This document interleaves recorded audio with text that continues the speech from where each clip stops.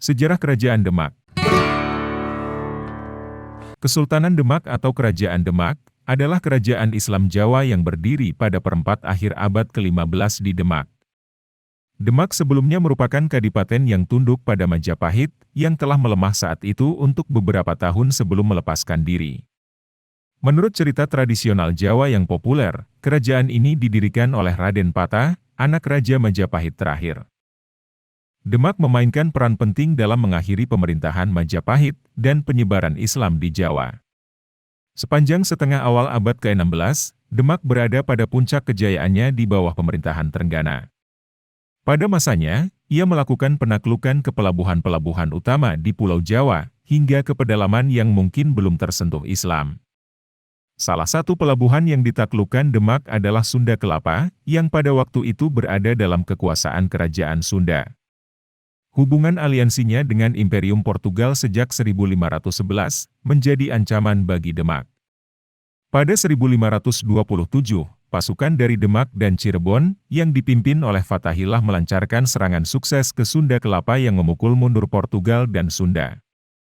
Fathahillah kemudian mengganti nama pelabuhan tersebut menjadi Jayakarta. Di luar Jawa, Demak memiliki kekuasaan atas Jambi dan Palembang di Sumatera bagian timur. Kerajaan mulai mengalami kemunduran ketika Trenggana terbunuh dalam perang melawan Panarukan pada 1546. Sunan Prawoto kemudian naik tahta menggantikannya, tetapi dibunuh pada tahun 1547 oleh suruhan Arya Panangsang, penguasa Jipang yang ingin menjadi Raja Demak. Perang perebutan tahta segera terjadi dan berakhir dengan dibunuhnya Arya Penangsang oleh Joko Tingkir, penguasa Pajang, sebagai hukuman. Joko Tingkir kemudian memindahkan kekuasaan Demak ke Pajang, tempat kekuasaannya. Dengan demikian kerajaan Demak berakhir dengan didirikannya Kesultanan Pajang. Jika kalian suka dengan channel ini, silahkan subscribe dan tekan tombol loncengnya. Lanjut ya guys. Demak bermula dari pemukiman yang bernama Bintoro. Pemukiman ini aslinya adalah hutan, yang dibuka oleh Raden Patah setelah ia berguru pada Sunan Ampel dan menjadi menantunya.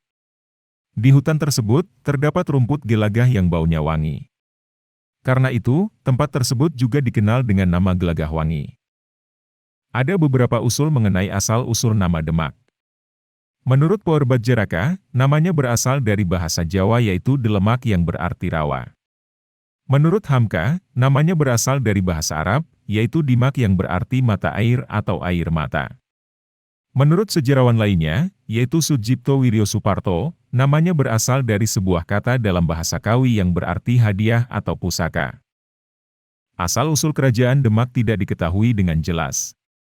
Kota Demak tampaknya didirikan pada perempat akhir abad ke-15 oleh seorang Muslim, kemungkinan besar seorang Tionghoa yang bernama Cek Kopo.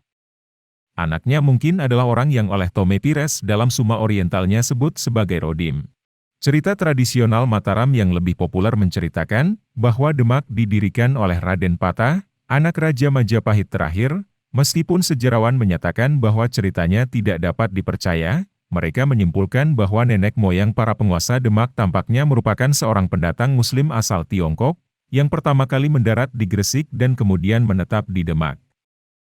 Pada masa kepemimpinan Pati Unus, Demak merasa terancam dengan pendudukan Portugis di Malaka. Kemudian beberapa kali ia mengirimkan armada lautnya untuk menyerang Portugis di Malaka. Trenggana berjasa atas penyebaran Islam di Jawa Timur dan Jawa Tengah. Di bawahnya, Demak mulai menguasai daerah-daerah Jawa lainnya, seperti merebut Sunda Kelapa dari Pajajaran, serta menghalau tentara Portugis yang akan mendarat di sana pada tahun 1527, juga menaklukkan hampir seluruh Pasundan atau Jawa Barat, serta wilayah-wilayah bekas Majapahit di Jawa Timur seperti Tuban, Madura, Madiun, Surabaya, Pasuruan, Kediri, Malang, dan Belambangan, serta kerajaan Hindu terakhir di ujung timur Pulau Jawa. Trenggana meninggal pada tahun 1546 dalam sebuah pertempuran menaklukkan Pasuruan. Salah seorang panglima perang Demak waktu itu adalah Fathahillah, pemuda asal Pasai, yang juga menjadi menantu Raja Trenggana. Sementara Maulana Hasanuddin, putra Sunan Gunung Jati diperintah oleh Trenggana untuk menundukkan Banten Girang.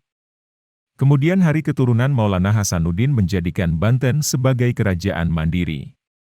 Sedangkan Sunan Kudus merupakan imam di Masjid Demak, juga pemimpin utama dalam penaklukan Majapahit sebelum pindah ke Kudus. Suksesi Raja Demak ketiga tidak berlangsung mulus, terjadi persaingan panas antara Pangeran Surowiyoto atau Pangeran Sekar, dan Trenggana yang berlanjut dengan dibunuhnya Pangeran Surowiyoto oleh Sunan Prawoto.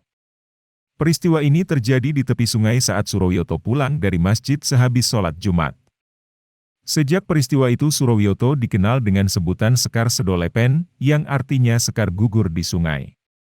Pada tahun 1546, Trenggana wafat dan tampuk kekuasaan dipegang oleh Sunan Prawoto, sebagai Raja Demak keempat. Akan tetapi pada tahun 1547, Sunan Prawoto dan istrinya dibunuh oleh Rungkut, pengikut Pangeran Arya Penangsang, putra Pangeran Surowiyoto. Pangeran Arya Penangsang adalah Adipati Jipang pada waktu itu. Adipati Arya Penangsang adalah murid terkasih dari Sunan Kudus. Diceritakan bahwa pengikut Arya Penangsang juga membunuh Pangeran Hadiri, penguasa Jepara atau Kalinyamat. Hal ini menyebabkan adipati-adipati di bawah Demak memusuhi Pangeran Arya Penangsang, salah satunya adalah menantu Sultan Trenggono, Joko Tingkir atau Sultan Hadiwijaya. Puncak dari peristiwa ini Arya Penangsang dibunuh oleh Sutawijaya, anak angkat Joko Tingkir yang tergabung dalam pasukan Pajang saat menyerang Jipang. Dengan terbunuhnya Arya Penangsang, maka berakhirlah era Kesultanan Demak. Joko Tingkir memindahkan pusat pemerintahan ke Pajang dan mendirikan Kerajaan Pajang atau Kesultanan Pajang. Tome Pires pada abad ke-16 mencatat bahwa komoditas utama yang menjadi ekspor Demak adalah beras, rempah-rempah, dan buah-buahan. Tujuan ekspor komoditas tersebut adalah Melaka dan Maluku yang diangkut dengan jung dan penjajab. Pires juga mencatat bahwa Demak telah menjadi tempat penimbunan padi yang berasal dari daerah-daerah pertanian di sekitarnya. Peranannya dalam menjadi pusat kegiatan ekonomi pertanian semakin penting setelah keruntuhan Juana pada 1513. Selain itu, perbudakan juga disebut Pires sebagai salah satu komoditas Demak, tetapi tidak diketahui apakah perdagangan budak masih terjadi pada masa itu. Demak juga melakukan kegiatan impor berupa hewan-hewan dan pakaian dari Melaka, Gujarat, dan Benggala. Sistem perekonomian Demak juga didukung dengan penggunaan mata uang, baik dari dalam negeri maupun luar negeri. Sebuah berita Tiongkok dari awal abad ke-15 menyebutkan bahwa mata uang tembaga dari Tiongkok umum digunakan sebagai mata uang di Jawa. Pires juga mencatat demikian, dan selain itu mencatat bahwa mata uang Portugis juga dikenal dan disukai oleh orang Jawa. Terdapat juga mata uang lokal Jawa, yang disebut Pires sebagai tumdaya atau tael.